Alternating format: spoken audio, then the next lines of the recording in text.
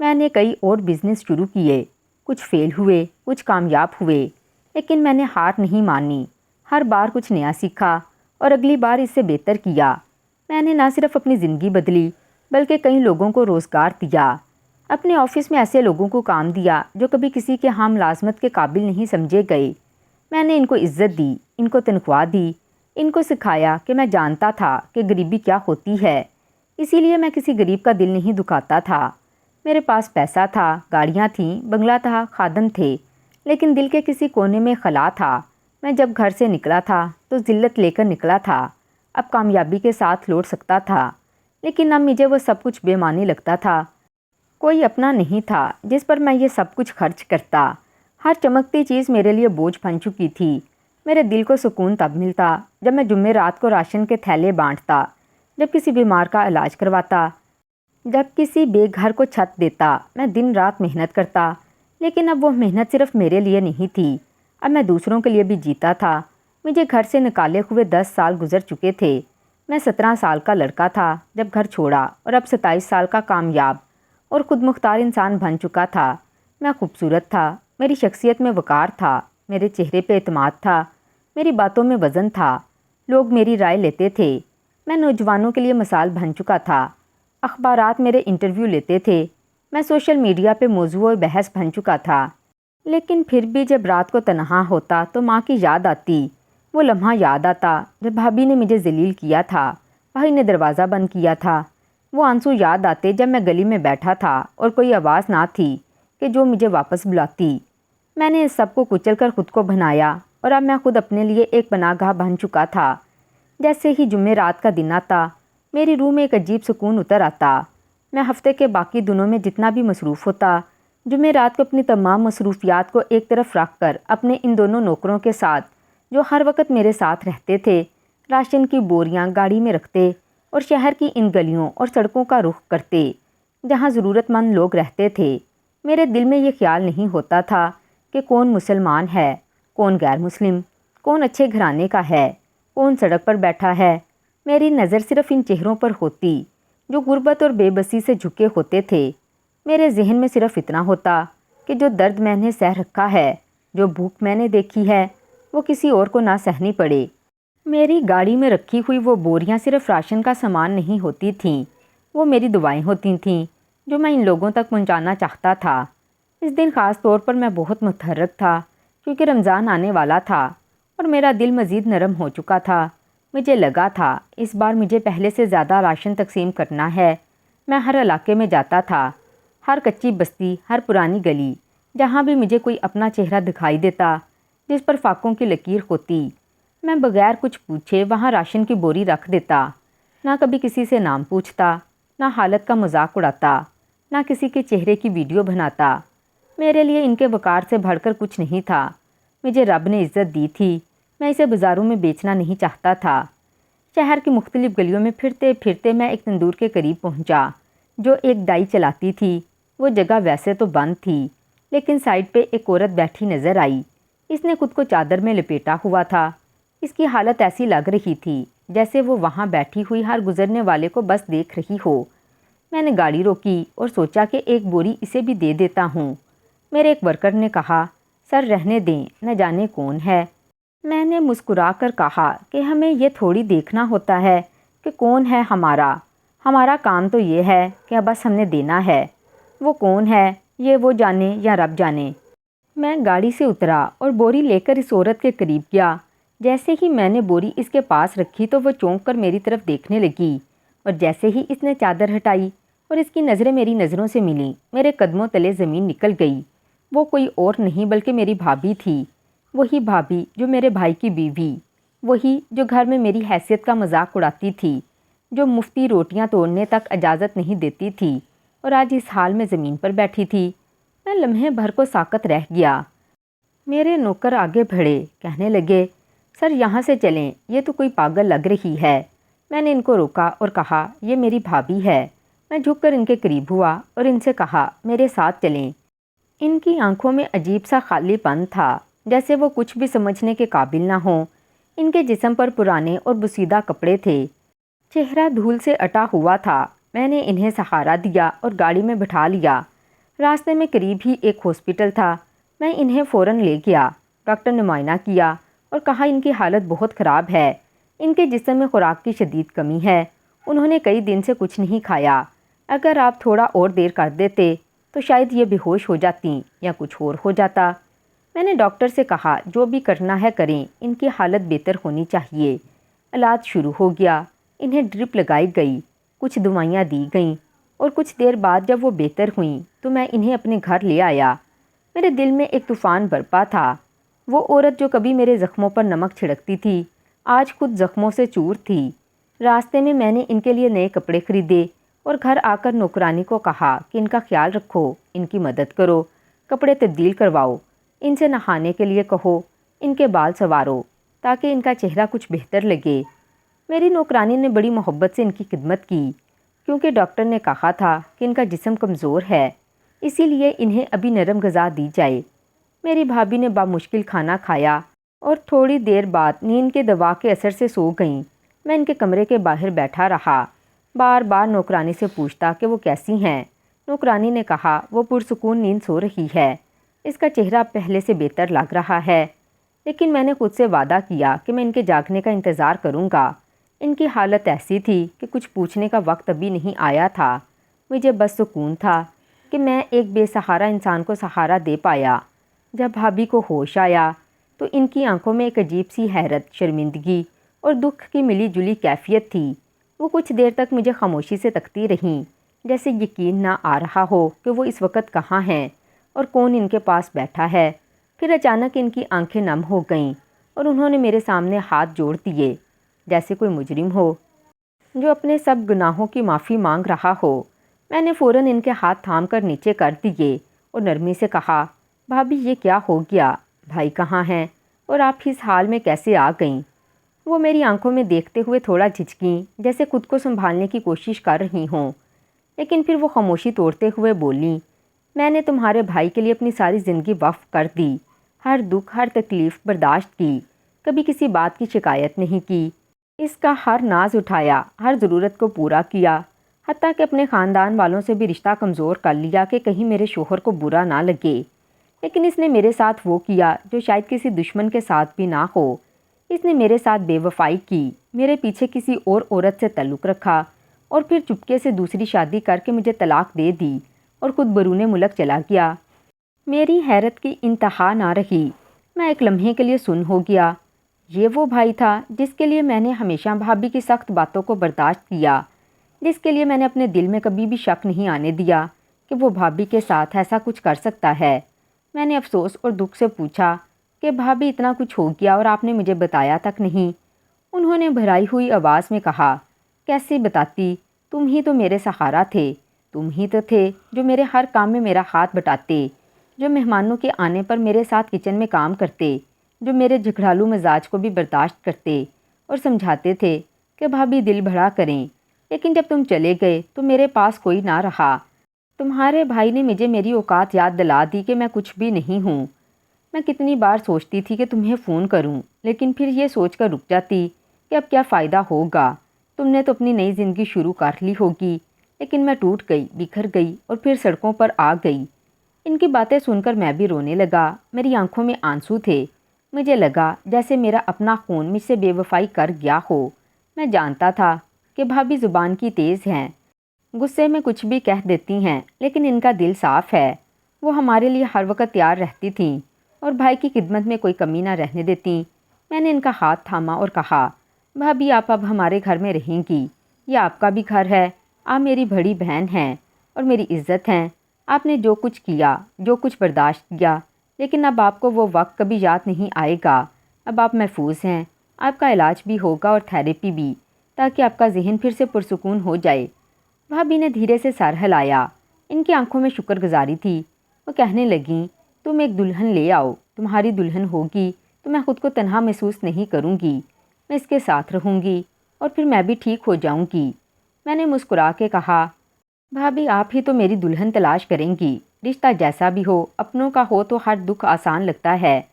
اب بھابھی میرے گھر میں ہیں، میں نے ان کے علاج کے لیے ایک ماہر تھراپسٹ مقرر کیا ہے جو ان کے ذہنی اور جذباتی زخموں کو بھرنے کی کوشش کر رہا ہے۔ میری نوکرانی ان کا بہت خیال رکھتی ہے اور وقتاً تا وقتاً ان کے لیے نئے کپڑے اور پسندیدہ کھانے لاتی ہے۔ ان کی حالت اب پہلے سے بہتر ہے، لیکن ابھی بھی رات کو انہیں برے خواب آتے ہیں۔ وہ چیخ کر اٹھتی ہیں اور بعض اوقات ڈر کے مارے میرا ہاتھ پکڑ لیتی ہیں۔ میں انہیں تسلی دیتا ہوں اور کہتا ہوں، اب آپ اکیلی نہیں، یہ گھر آپ کا ہے اور میں آپ کا بیٹا ہوں۔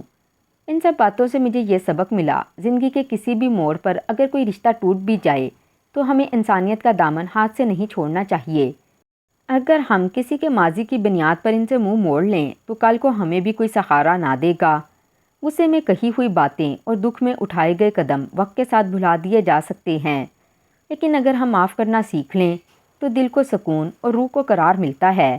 رشتے وہی مضبوط ہوتے ہیں جو معافی اور محبت کی بنیاد پر کھڑے ہوں۔ باقی سب وقتی تعلقات ہوتے ہیں جو آزمائشوں میں ساتھ چھوڑ دیتے ہیں۔ بھابھی آج میرے گھر میں ہیں اور یہ میرے لیے فخر کی بات ہے کہ میں نے ان کا ہاتھ تھاما جب سب نے چھوڑ دیا، کیونکہ انسان وہی بہتر ہے جو گرتے ہوئے کا سہارا دے، نہ کہ اسے اور دھکیل دے۔ اس کے بعد ایک ایسا وقت آیا جس نے ہماری زندگی کو ایک نئی سمت دی۔ بھابھی جنہوں نے برسوں دکھ سہے تھے اور جنہیں ہم نے بکھرا ہوا پایا تھا، اب وہی میری زندگی کو جوڑنے کا ذریعہ بن گئیں۔ ان کی تھیراپی اور ہماری محبت نے انہیں پہلا جیسا نہیں بلکہ اس سے بھی زیادہ سمجھدار بنا دیا۔ انہوں نے ایک دن مجھ سے کہا کہ تمہارے لیے ایک رشتہ ہے جس کے بارے میں میرا دل بہت مطمئن ہے۔ میں چونک گیا کیونکہ مجھے اندازہ نہ تھا کہ وہ میرے بارے میں بھی سوچتی ہوں گی۔ انہوں نے جس لڑکی کا ذکر کیا وہ سچ میں نہایت باحیا اور سلیقہ مند تھی۔ بھابھی نے خود جا کر اس کے گھر والوں سے بات کی اور میری طرف سے رشتہ رکھا۔ اس کے انداز میں نہ کوئی غرور تھا نہ کوئی مجبوری، بس ایک خالص محبت اور خلوص تھا جس نے سب کو متاثر کیا، اور یوں میری شادی طے ہو گئی۔ میری بیوی بہت سادہ مزاج اور نرم دل انسان نکلی۔ اس نے بھابھی کو اپنی بڑی بہن مانا اور ہمیشہ اس کی عزت کی، اور بھابھی نے بھی اسے چھوٹی بہن بنا کر دل سے اپنایا۔ جب میں دفتر جاتا تو مجھے کبھی فکر نہ ہوتی کہ میری بیوی گھر میں اکیلی ہے یا کسی مسئلے میں پڑ گئی ہے، کیونکہ مجھے یقین تھا کہ دونوں ایک دوسرے کا خیال رکھتی ہیں۔ دن بھر وہ دونوں ساتھ مل کر کام کرتی، کھانا پکاتی، ہنستی کھیلتی، اور جب بھی میں گھر آ کر ان کی باتیں سنتا تو دل خوش ہو جاتا۔ ایسے لگتا جیسے میرے گھر میں بہار آ گئی ہو۔ بھابھی کی آنکھوں میں اب دکھ کی جگہ سکون آ گیا تھا، اور میری بیوی کو بھی ایک ماں جیسا سہارا مل گیا۔ پھر وہ دن بھی آیا جب ہمیں خبر ملی کہ اللہ نے ہم پر کرم کر دیا، میری بیوی ماں بننے والی ہے۔ یہ خبر میرے لیے خوشی کا سمندر تھی، لیکن سب سے زیادہ جس کے چہرے پر روشنی نظر آئی وہ بھابھی تھیں۔ ان کی آنکھوں میں وہی چمک تھی جو ایک ماں کو اپنی بیٹی کے لیے محسوس ہوتی ہے۔ انہوں نے میری بیوی کا اتنا خیال رکھا جیسے وہ ان کی اپنی اولاد ہو۔ ہر دوا، ہر چیک اپ، ہر آرام کا دھیان بھابھی نے رکھا۔ میرے دفتر جانے کے بعد میری بیوی کو کبھی تنہائی محسوس نہ ہونے دی، اور جب میری بیوی کا وقت قریب آیا تو بھابھی رات بھر جاگتی رہیں، دعائیں کرتی رہیں، اور پھر جب میرا بیٹا دنیا میں آیا تو سب سے پہلے جس نے اسے اپنی گود میں اٹھایا وہ میری بھابھی تھیں۔ ان کی آنکھوں میں آنسو تھے، لیکن وہ آنسو خوشی کے تھے، جیسے برسوں بعد ان کی زندگی میں مکمل پن آ گیا ہو۔ میرے بچے کو گویا دو مائیں ملیں، ایک وہ جو اسے جنم دینے والی ہے، اور ایک وہ جو دل سے اسے اپنی اولاد سمجھتی ہے۔ شاید اسی لیے میرے بچے کی صحت بہت اچھی ہے۔ اس کا بچپن پیار سے بھرا ہے، اسے کبھی ماں کی کمی کا احساس نہیں ہوتا، کیونکہ بھابھی کا دل ماں جیسا ہو چکا ہے، اور میری بیوی ان کی عزت اور محبت کا جواب عزت اور وفا سے دیتی ہے۔ دونوں میں کبھی حسد نہیں آیا، کیونکہ ان کے رشتے کی بنیاد محبت، قربانی اور اعتماد پر رکھی گئی ہے۔ اس سارے سفر سے مجھے یہ سبق ملا، جو لوگ ہمیں دکھ میں چھوڑ دیں وہ اپنی فطرت دکھاتے ہیں، لیکن جو لوگ دکھ میں ساتھ نبھائیں یا جنہیں ہم دکھ سے نکالیں وہ زندگی بھر ہمیں دعاؤں میں رکھتے ہیں۔ بھابھی نے جنہیں ہم نے سڑک سے اٹھایا تھا آج ہمارے گھر کا ستون بن گئیں، اور ان کی بدولت میرے بچے کو دو گودیں ملیں جو دعاؤں سے بھری ہوئی ہیں۔ رشتے خون احساس سے بنتے ہیں۔ اگر ہم کسی کا دل جیت لیں تو وہ ہمیشہ ہمارا ساتھ دیتا ہے۔ زندگی میں ہمیشہ موقع دیں، معاف کریں، سنبھالیں اور محبت کریں، کیونکہ یہی وہ عمل ہے جو ایک ٹوٹے ہوئے انسان کو جوڑ کر زندگی میں بہار لا سکتے ہیں۔ ناظرین، مزید اس طرح کے سبق آموز واقعات اور کہانیاں سننے کے لیے ہماری ویڈیو کو لائک کریں، شیئر کریں اور ہمارے چینل کو سبسکرائب بھی ضرور کر دیں۔ ملتی ہوں اگلی ویڈیو میں، تب تک مجھے اپنی دعاؤں میں یاد رکھیں۔ اللہ حافظ۔